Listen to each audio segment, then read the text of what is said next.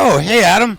How's Hi. it going, man? Eric, what's going on? Whoa. Easy on the paint job, man, my friend. What's this piece of junk doing in my place of business? This is a classic automobile. How are you, sir? I'm well. 72 Datsun.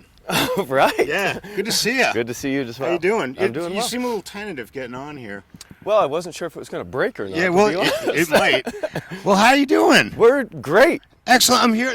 By the way, I'm Eric Friedman. I'm the executive director of the Mad River Valley Chamber of Commerce. Shocking that they would ever get that job. My mom told me it's like the only place in the world I would ever get this job. But, and we're here for our next edition of Tailgate Talks, and we're here with the chef, Adam Hi, Longworth. everybody. And Adam owns Kitchen-ette here at the Irisville Common. A lot of people don't come back here, you know. It's like, Well, you know, it's a good. community, right? Yeah. It's actually nice. You know, the Mad River Path did put in like a wonderful little addition right along the side of our property that goes down towards the river. Yeah. So we seem to be getting kind of a lot more people coming through, and it's a nice little spot here. Yeah, it really is, and it's awesome to see because, like I said, that was the whole idea, that VORAC grant that we got to tie outdoor recreation to the business community, and so people are walking your business.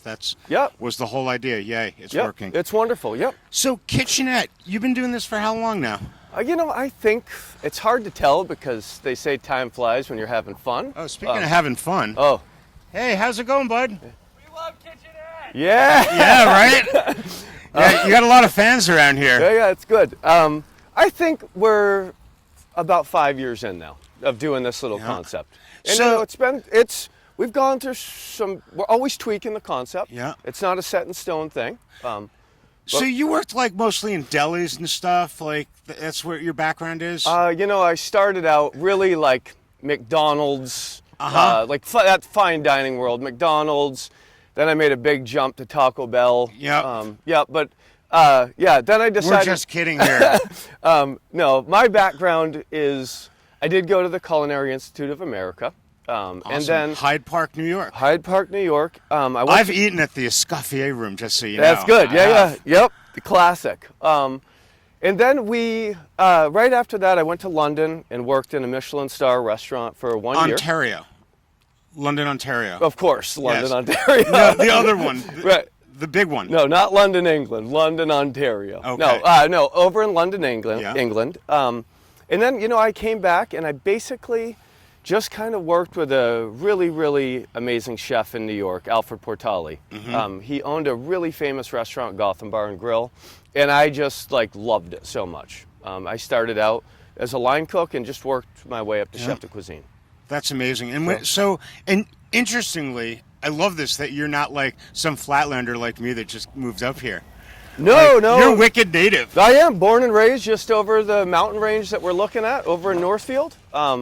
You know, it's Northfield High School graduate? Yeah, barely, everything. but I did it.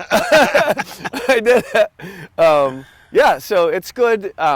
You know, I wanted to come back. You know, I love Vermont. Yeah. More importantly, I like the outdoors. So New York City is an amazing place, but you know, it's not. The mountain easy. biking's not great. Nope, not as good. And you're a wicked avid mountain biker. Love it. Yeah. I always see you every Thursday down at the chamber, like you and your buddies are out riding on your Thursday ride. Yep, that's probably, you know, I haven't been part of a lot of bike groups, but I stand behind that Thursday night Stark mountain bike ride. Might be one of the best group rides in the world. It seems like it. Lots of food, lots of good time, great riders, all different good bunch skills. of guys. I sort of feel like an honorary member, because I hang out with you before, and not even after that so much, but it's a good bunch of guys though. Yeah, and it's good because we help ourselves to the Chamber of Commerce space. Yep. So, you know, we can go in there and relax if need be. Yeah, you guys are a little dirty sometimes, but it's okay. You know, so am I. No, it's really cool. So tell me a little bit about the food, because the concept here is a little bit different than your typical place, because you come from fine dining and then you just... let me talk about the transition. So, you know, here's the thing. I do come from fine dining. You know, I stand behind Kitchen-ette might be one of the most confusing business models, and I sometimes don't even know what we do. But at the end of the day, what we are trying to accomplish is kind of artisan, handmade food. It does lean Italian, but it's not exclusively Italian. That is for pickup. Nothing leaves here hot, but just kits that are meant to be restaurant quality at home. And people pick up their stuff. There is a little bit of finishing work, usually warming up sauces, cooking their pasta, plating it.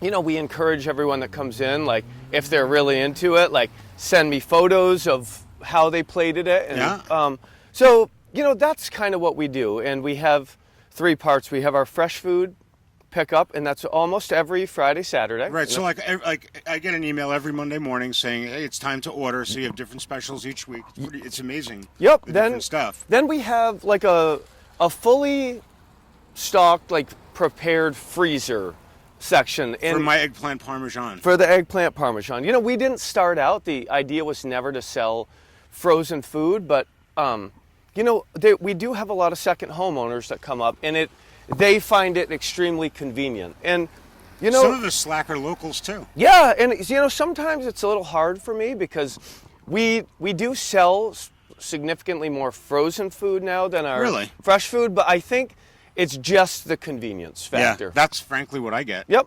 So. And then the third thing that we do is we do some small catering. We don't do everything, but if it works for our little business, we try to do it. Yeah. No, it's really cool too. It's like I've done some small stuff too for 10, 12 people. Just some volunteer stuff at the chamber, and it's like a perfect way to do it. It's almost like in between catering and doing it yourself. Yep. Absolutely. So that's what we're up to here. We try to stay open all year. Well, that's good that you try to stay open. Yeah, well, it's touch and go sometimes in the shoulder seasons, but we make it through, Yep. It's, thank God for winter and all of our, we have an amazing just support from, like, locals and second homeowners, which, I say it all the time, like, I feel really lucky because people show up week after week after week and continue to get food, which is nice.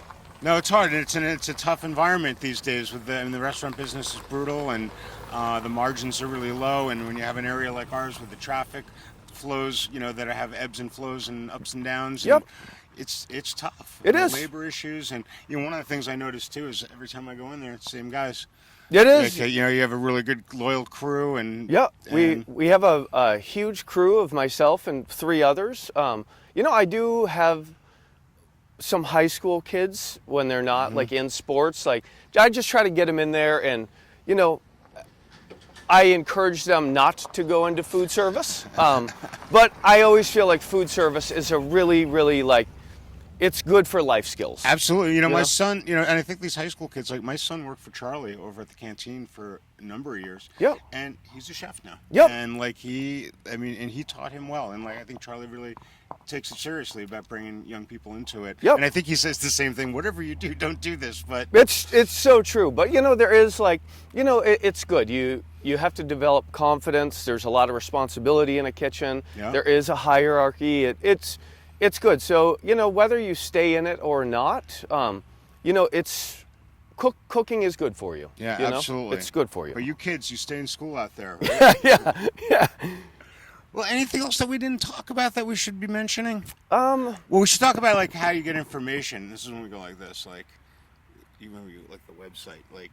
Oh. So how do we get the information? We do have a website, I believe. Go like this. Because we're gonna have it like written right here. Okay. It'll be. If I can get this editing thing right. No edits. We don't need edits. It'll be kitchen-ette.com, kitchen-ette.com. It's in Waitsfield, Vermont. In beautiful Irisville Common. Yep. We have our little association here. When I actually bought my building, there wasn't a lot going on, but we seem to be kind of generating some more businesses, which is really, really good. We are very fortunate. We just had BB's Bagels open up Yeah, which is super good. What- And we yep. got the whole like McAllister crew here. Yep. You know, we got Dad with the ski shop. Yep. We got Mom with the Hair salon. With the hair salon, and then we got the daughter with the bagel place. Yep. I don't know how you fit in, but well, I don't know about Gillespie's here. They're the ones that really like, the office here. I got to tell you, Gillespie's has been a savior to me because I have a small kitchen. Yeah. And Kitchen-ette. I have a kitchenette. Yeah. They have a big office. So right away, when I bought the building, I didn't know Amy, who I'm now good friends with in there, but I walked in and I said, hey, my name's Adam. I just bought the building in front. We're going to become very good friends. And their office really I use for a lot of storage. And I just feed them lunch every day. Hi, Barb. I feed them lunch every day, and I use their office as my own storage. I hate to tell you, man, but they're angling for food. They're angling. Yeah, just so you know. Right. The good thing is too it makes it easier to negotiate my propane price. Yeah, exactly. I hope that works out for you. No, that's great. Well, Adam, it was great having you out on the tailgate. We'll have to have you back around, and maybe in the winter again. See what it's like. Get you out here. And I'm glad to see you're wearing your protective hat. Well, when you're out riding. The thing is we are coming into June, and it hasn't been really much over 40 degrees. It's supposed to snow. They're saying that we might get snow in the mountains tonight or tomorrow. Listen, the winter hat usually comes off for the month of August. Yep. That's about it. Well, you are native, so I you know all about it. So, Adam, great having you, man. Thanks cheers. so much. Thank you. Have a great day. Yeah, you as well. See ya. Thanks, everybody. Bye-bye, guys.